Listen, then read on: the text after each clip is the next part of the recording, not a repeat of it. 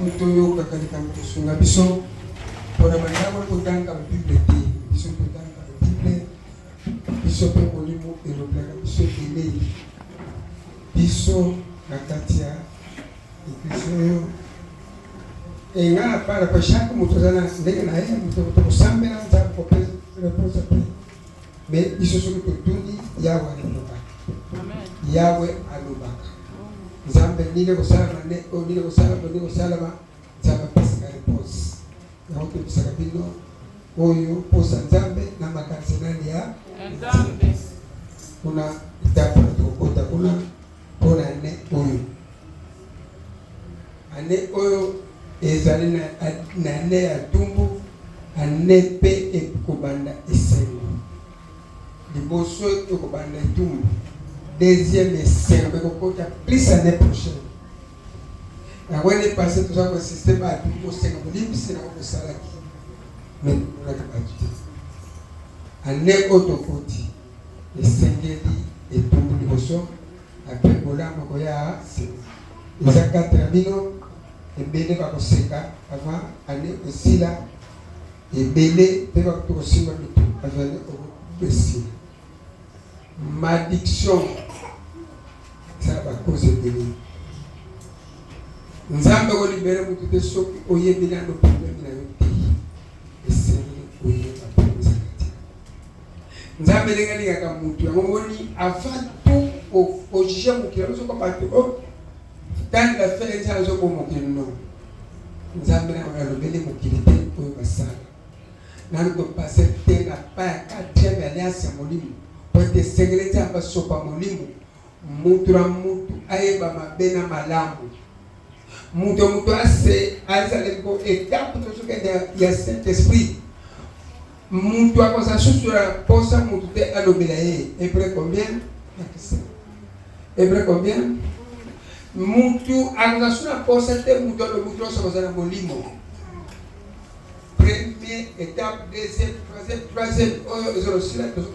ta 4e étape ya molimo mosantu kuna tokena Isaïe soki komona lobi me baarme oyo ekokoma bakongo mais avant tout guerre ya kozala nano ekokwesa babe ebele ya Europe, Asie, Amérique mpona nini po ete Afrique esa nini esengeli baprésident africain base positionne na kokona na biloko ebele mpe mikolo ezoya guerre kozala makasi kozala guerre mondiale te kozala guerre mondiale me bato akufa la moitié monde guerre mondiale pesa mosika eza proche te nayebi te soki ozokomparena guerre kozala makasi kozala guerre mondiale te me bakobenga guerre mondiale mais guerre mondiale ezala nano mosika tozopase tano na temps ya paix esengeli chaque moto ayeba nini famille no esala nini liboto no esala problème ya blocage ya famille na yo ya mboka na yo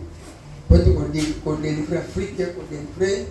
et chaque pays et chaque province tokani ezala mboka mosusu epokesaka te mpo basakana mosala nzambe ezala bafamille mosusu epokesaka te mpo balobela ngo bamabe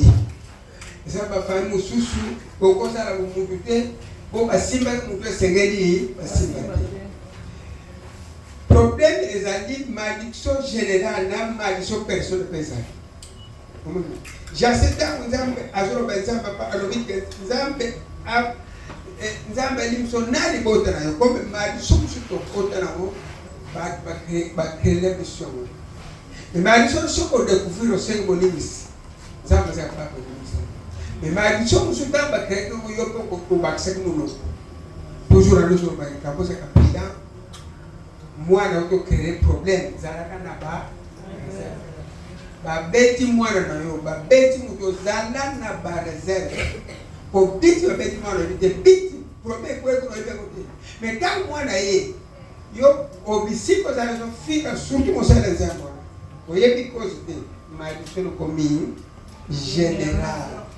eza so na ye te profet ekomi général na femme po famille bayambi charge wana bafamille mele baza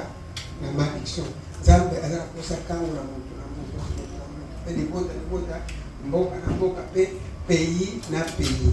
pays na bino nani akoza ba problème na pays na bino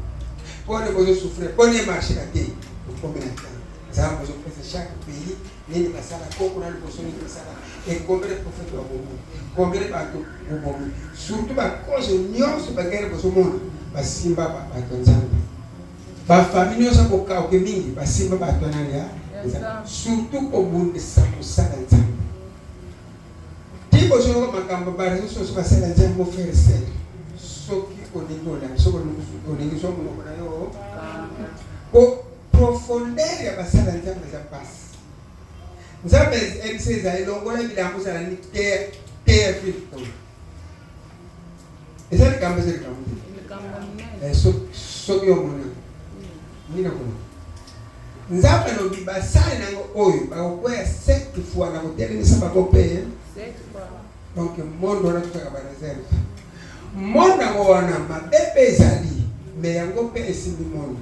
yango pe nzambe pa lobelaka yango pe nzambe pa salsa yango pe bikisaka biso neto soki bozo kopana amen alors senga na ndako na yo nzambe azokende na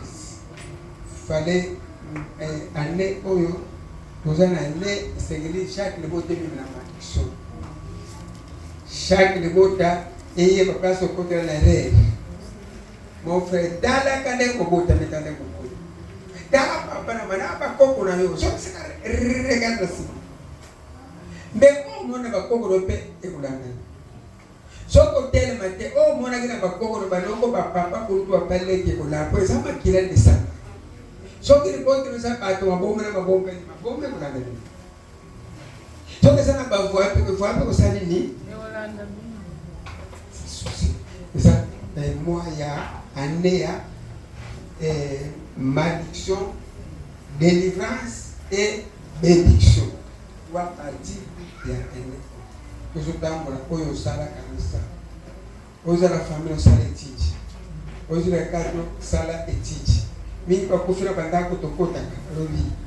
bandako musu tokota totula nzambe tokota dako oke chambre zona ko sala mo ba sermone makasi ulali chambre lala mutu puissance kanza bazana na kolala mutu esprit salini kukuta kufa ndako toti okena musala otuni nzambe te oke musala wana balia mabeza kuna oke kuna oke kusasa o matina mutu ko mato sambelite mutu ka peyibio ezana ba esprit tambe na mitu ko to kota ka kontra mutu ko libela ka ko bima kivuvulu problème mutu chaka makolo mo sambela ka sengaka zamba batra kayo zamba sono Romains chapitre 1 Romains 8 bango nyonso azana kati Yesu ba mi pesa na kati ya Yesu bango ba makamoro moye esima bango ezate kote kati na bango kora Christ tamba bango kora Christ ezala kati Romains 8 verset 1 ezala posa amen sikoyo bato bazala kalisanga na Kristo Yesu etu moko te ekoki kokwela bango pamba te mibeko oyo eutaka na molimo oyo epesi biso bomoi mpona Kristo Yesu yango nde moto olongoli ngai na bowumbu ya masumu mpe ya liwa tokani do makambo wana mutu amipesi na nzambe mutu amipesi na Kristo meme oza na babebi biloko na esimba yo ezalaka kote pa na yo ezalaka su na pouvoir te okolonga malédiction soki omipesi na kati ya nzambe okolonga malédiction te soki omipesi na kati ya nzambe te tokani malédiction na wela bino na apesa makambo be na komi ya malédiction ne semaine opesi kolasi opesi parti nini esala bamboka nini mpe esala moko kodelivre mboka nini kosalama yango na nzambe atindi profete na mboka sokolo nzambe atindi profete mais azolekete na bino race noire baprofete nyonso tilaka na race noire nzambe azwaka chef tous les prophètes atilaka na race noire nzambe azwaka chef race noire race moko mabe donc kozala race oza trop dire incompréhension totapete obundisaka motu sans que tofefie tokritiaka mutu sanke toverifie, tobomaka mutu sanke totuna, tokondanaka mutu sanke toverifie nano oyo na kati ya mutu nani atindi asala kwe, nani atindi asala kwe, tokekaka to eza mabe foti mutu asala mutu mabe to nani atindi yo olo, nani patindi yo okondanesi otunza. Tokani page ya malédiction et page ya bénédiction et page ya destruction mane oyo tozana donc monaki bafeti oyo boyosepeza makaso mpona nini eloko eza liboso malédiction nani etumbu bato oyo bapesi nzambe kanda après délivrance après bénédiction tokani